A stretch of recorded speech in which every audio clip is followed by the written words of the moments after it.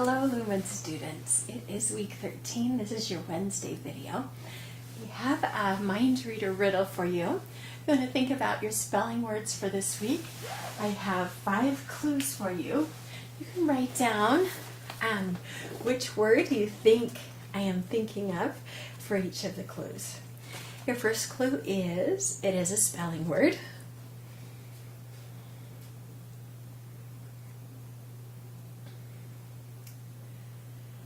Clue number 2, it is not past tense. It is not past tense. If you wrote a past tense word with an ed ending down for clue number 1, please change it. If you didn't, maybe you can keep your guess the same for clue number 2. Clue number 3, it is a noun. Clue number 3, the word I'm thinking of is a noun.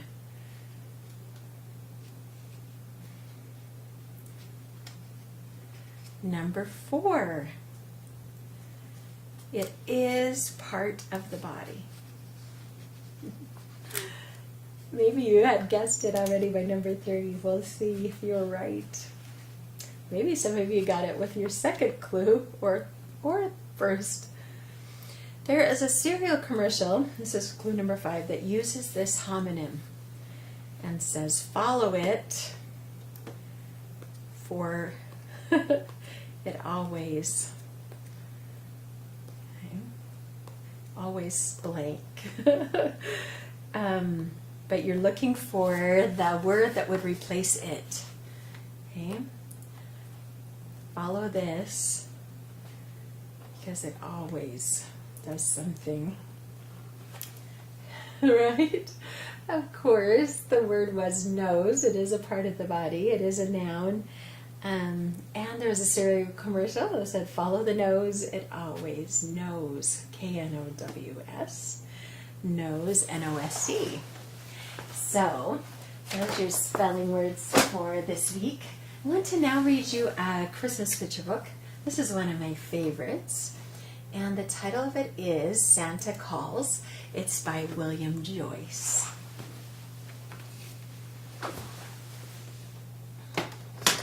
Sorry, let me get situated. I want you, while I'm reading, to pay attention to the tone of voice, the perspective of the narrator, and the vocabulary he uses. That's really, really interesting to see, to describe what this boy was like. Okay.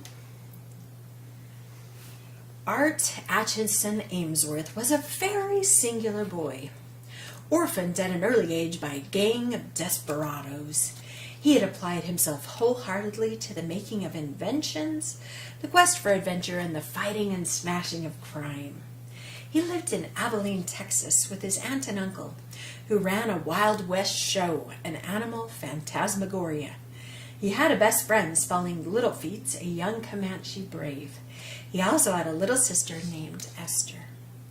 If Art had one weakness, it was sweets and candy of any sort.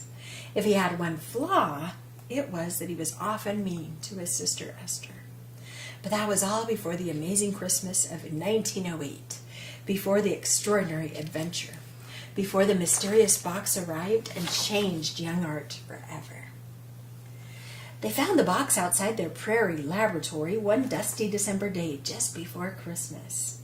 No one knew how it had gotten there, and the only clue to its origins was a large S.C. stamped on one side. "Holy mackerel," said Art, "what a mystery." "I suggest we examine it scientifically," said Spaulding.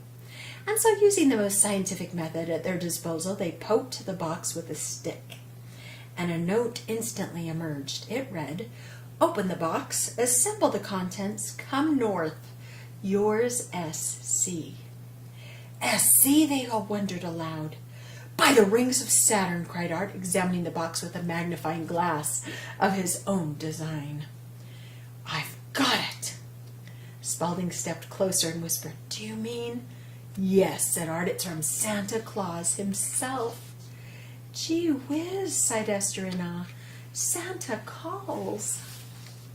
Inside their prairie laboratory, Spaulding and Art set about opening the box. They poked and pried and pushed and shoved, but nothing worked. I wish it would open, said Esther. The box rattled, then shook, then quaked, then opened, and they were thunderstruck. It appears to be a flying machine, said Spaulding. To fly north in, said Art. To see Santa, said Spaulding. But why, wondered Art. Esther smiled but said nothing. For 3 days they worked feverishly.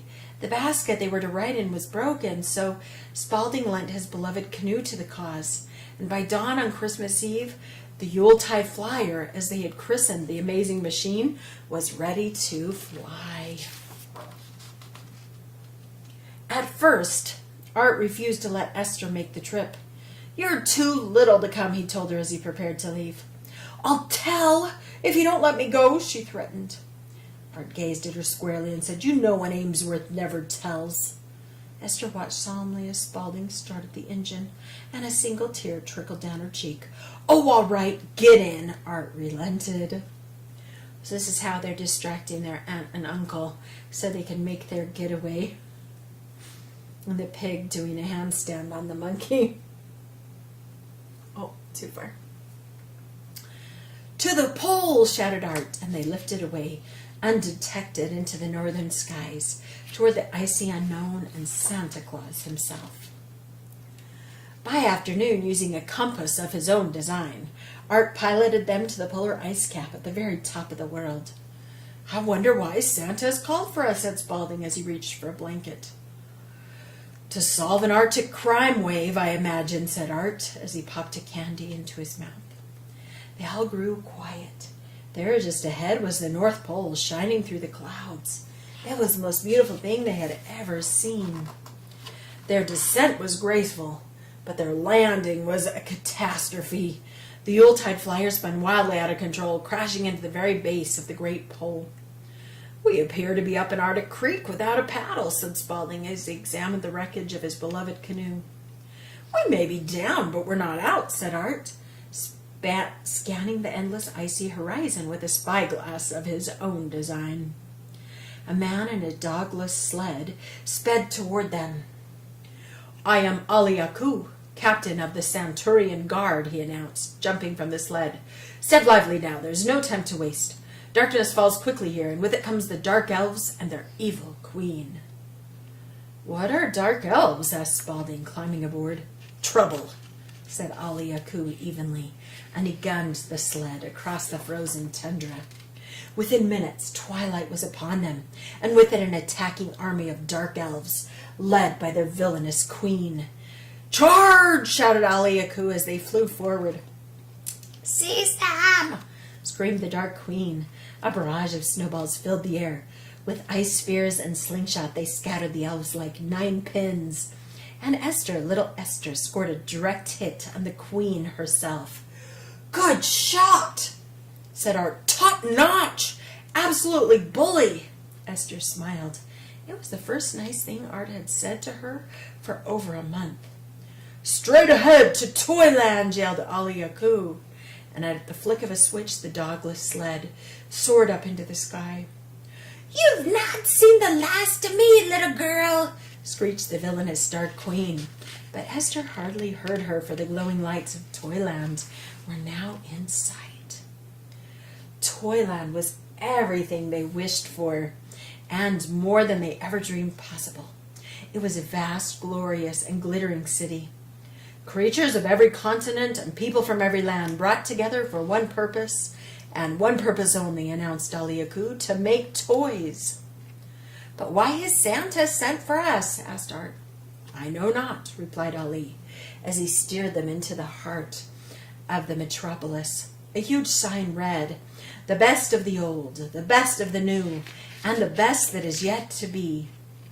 That is the Toyland motto, said Ali, saluting proudly as they landed.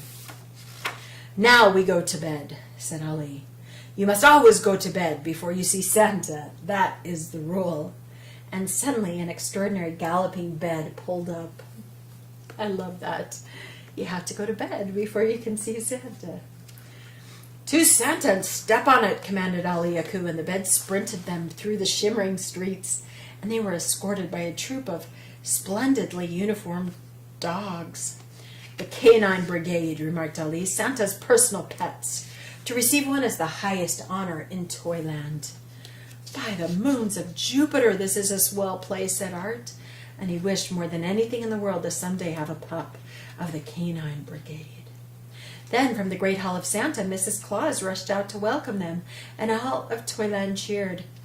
Why is everyone so happy to see us? Asked Spaulding as the bed came to a stop amidst the cheering crowds. Some secrets are better left unsolved, young man. Mrs. Claus smiled. We must bustle, she added as she hurried them on. Santa is waiting. Mrs. Claus led them into an enormous room. The crowd parted, drums rolled, Ali Yaku bowed. The room grew quiet, and there stood Santa. If ever there was a man about whom there was an unmistakable air of mirth and magic, it was this dashing, rotund fellow who stood before them now. He was every inch a Santa Claus. Spaulding, Art, dear little Esther, he said gladly, you're just in time. He stepped down from the globe of good children and waved them closer. Shall we take a ride? Yes, cried Esther. The two boys could only nod, speechless. It's Christmas Eve. My sleigh is the order of the day. Santa snapped his fingers, and the Christmas sleigh was brought forth. Santa hoisted the children aboard. Why in the name of Neptune did you call for us? Asked Art when he regained his voice. Santa chuckled. He smiled at Esther and put his hand on Art's shoulder. Some secrets are better left unsolved, Mr. Amesworth. For now, just enjoy the ride. Santa cracked his whip, and the sleigh took flight, and they shot out over Toyland. Trumpets blared, flags waved, thousands cheered, and above it all Santa's voice rang loud and clear. Merry Christmas, one and all! Merry Christmas! As they flew over the pole, ominous clouds appeared. A balloon, unlike the others, swerved into their path. Out of the way, bellowed Santa, but the sky grew thick with dark elves, ice, and snowballs. A cluster of dark elves swept aboard and plucked Esther from the sleigh. Esther! Shouted Art, reaching for her. The evil queen squealed with delight. To the castle, she cried, and they vanished into the clouds. Call out the guard and attack the queen's castle, commanded Santa. Esther must be saved. Wait, said Art urgently, for he felt something he had not felt before. Esther's my sister. I will save her. Do the elves have a weakness? Candy, replied Santa. Art's eyebrows shot up. Aha, he said. I have a new invention. Ollie, Spaulding, I need your help. And so, under cover of darkness, Art, Spaulding, and Ali Yaku crept into the fearsome castle of the dark elves. They found Esther soon enough, held prisoner before a giant boiling cauldron. The whole army of dark elves stood chanting, Give me! Give me! Give me! It's the only word in their language, whispered Ali Yaku. Unhand my sister, you Arctic ruffians! Art shouted, rushing forward and hurling a candy bomb of his own design. There was a loud explosion. Smoke filled the room, and candy rained down as the dark elves scattered. Up the tower steps, Art and his stalwart band dashed, with the queen and her elves in hot pursuit.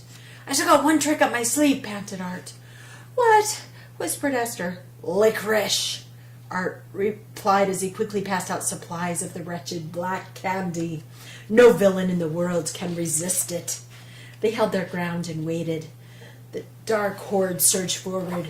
You can't escape me now, sneered the queen. Let 'em have it, shouted Art, and they let loose their bitter barrage. Licorice! Squealed the queen helplessly. The dark elves clamored greedily for the candy. All was chaos. Then a great jovial laugh pierced the commotion. There, at the top of the stairs, They could just make out the silhouette of Santa and behind him the sleigh. "Well, just in the Saint nick of time," said Art as he grabbed Esther's hand and helped her away. "Thank you for coming to get me," said Esther to her brother as they climbed aboard the sleigh. Art was silent for a moment. "Well, Christmas wouldn't be the same without you around," he said. He squeezed her hand. "Besides, you're too good a shot to leave behind." Esther smiled. Santa laughed. "Mr. Amesworth," he said, "Merry Christmas to you," and he cracked his whip. "Where's our first stop, Mrs. Claus?" "Abilene, Texas," she replied, and the sleigh took off. In no time at all, they were back in Texas and landing outside their prairie laboratory. Suddenly, Art, Esther, and Spaulding were very sleepy. "What's happening?" asked Esther. "Nothing to worry about," said Mrs. Claus, as the children were carried quietly into the house. "Just a little Christmas magic," added Aliaku. As they were being tucked into bed, Santa asked, "Did you enjoy the ride, Mr. Amesworth?" "Very much," said Art, fighting to stay awake. "But why did you call for us?" Santa didn't answer. Then as Art drifted asleep, he heard Santa say softly, "Good night, my fine, brave children. Merry Christmas dreams, and remember, some secrets are better left unsolved." The next morning they awoke with a start. "Was it all just a dream?" wondered Spaulding. "I hope not," said Esther. "I'd bet the farm it wasn't," said Art, and he rushed outside. By the prairie laboratory, in the very spot where they'd first found Santa's mysterious box, there sat a splendid new canoe for Spaulding, with Yuletide Flyer 2 painted on its side. For Art, there was a handsome puppy of the canine brigade with a bag of exquisite candy around its neck. But for Esther, there was only an envelope. "By the stars above," sang Art, picking up his pup and popping a candy in his mouth, "it's all true." "An amazing man, that Santa," said Spaulding as he examined his canoe. Esther opened her envelope. Inside were 2 letters. She looked them over eagerly, then tucked them into her robe. She was grinning from ear to ear. "Is that all you got? Just some letters?" asked Spaulding. "Oh, it's much more than that," replied Esther. "What they say, sis?" asked Art excitedly. Still grinning, she looked Art squarely in the eye and said, "You know an Amesworth never tells." Art thought a moment, and then he laughed out loud. "Right you are," he said. "Come on, let's play with the pup." And play they did, happily, joyfully till sunset and beyond. As they rested under the evening sky, eating Art's candy, Spaulding wondered aloud, "We still don't know why Santa called for us." "Yep," said Art, "but we did have a swell time, didn't we, Esther?" Esther nodded. "I guess it's like Santa said, some secrets are best left unsolved," Art offered. "Maybe," Spaulding agreed. Esther just smiled, and they all laughed. "Supper's ready," called Auntie Amesworth from the kitchen porch. They ran inside to the warmth of their house, and they were happy, each one of them. They'd smashed a crime with a new invention. They'd had a great adventure. And Art and Esther were now at last friends. And on that Christmas day, all was right with the world. And here it shows Esther's letters. Here's the first one. It says, Mr. Santa Claus and the North Pole. From Esther Amesworth at the Amesworth Ranch in Abilene, Texas.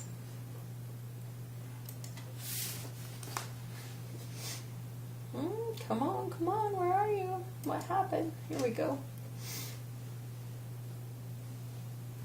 Dear Santa, you can send me toys if you like, but what I really wish for is for my brother Art to be my friend.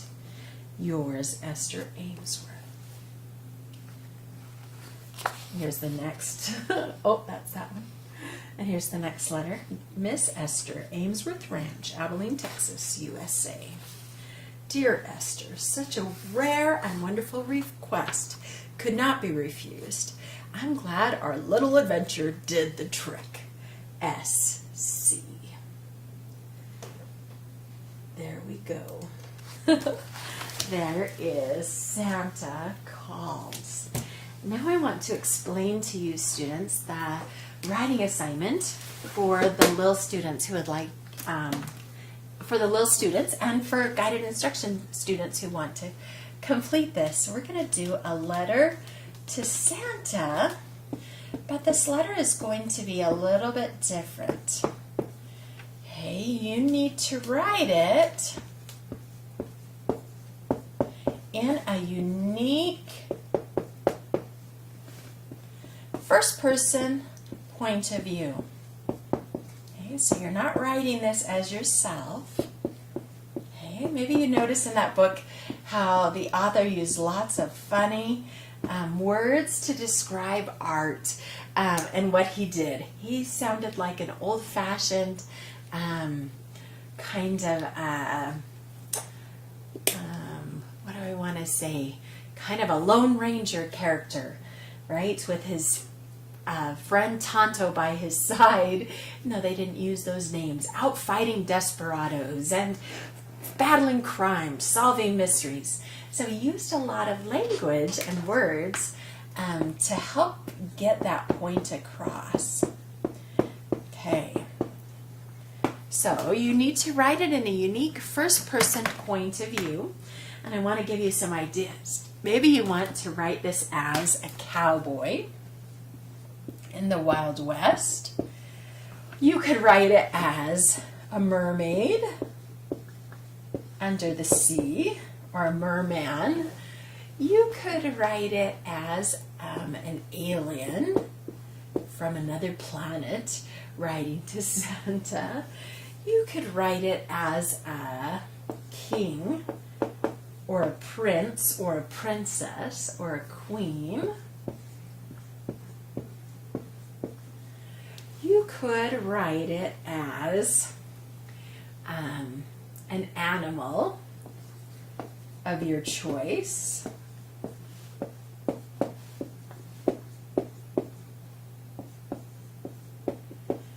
You could write it as a superhero of your choice. Okay. Or you can choose any other type of character that you might want to write it as, okay? And you're going to then write the letter as if you were one of these characters, okay? What would they ask for? What kind of words would they use? What would they say to Santa Claus? Your letter needs to be about 2 paragraphs long, just enough so we can get a taste of what your letter would be like. And then, little students, when we have our sharing sessions, you're going to be able to read your Santa letter to us, and we're going to try to guess, just by the language that you use and what you ask for, what kinds of character you are being. I'm going to start with, I'm going to do an example for you. Dear Santa,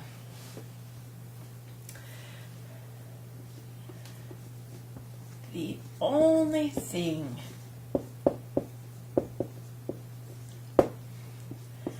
I have ever wanted is a family of my own. Okay, what do you mean by that? Is it an orphan? Who is it? Okay. People come into the pet store all the time, but no one wants me.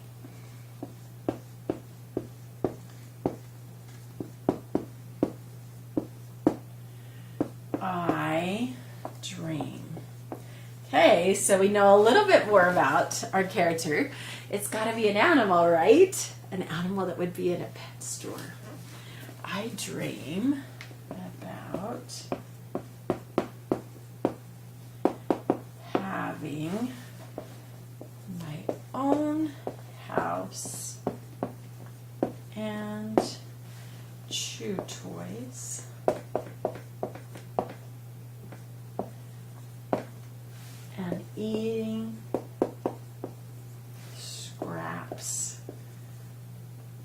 under the table. Can you tell who my character is now? What kind of pet is it? His own house, chew toys, and eating scraps from under the table. It's got to be a dog, right?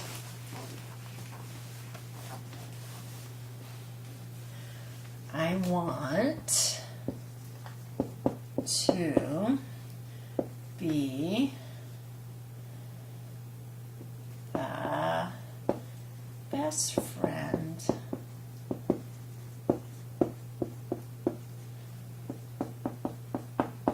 of a little boy or girl. Sleep on their bed and lick their faces.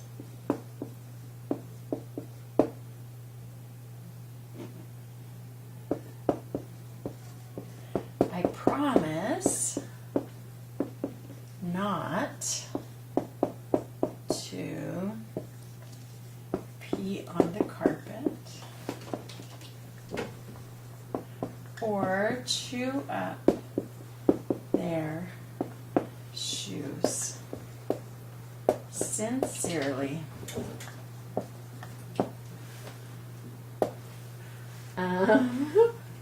Rufus. Okay, students, there's an example of a letter to Santa written from a unique point of view and using specific kind of language that will help us guess what your character might be. It can be an animal, a certain type of person, fictional or imaginary. Have fun with this assignment, and we'll catch you next tomorrow. Thank you.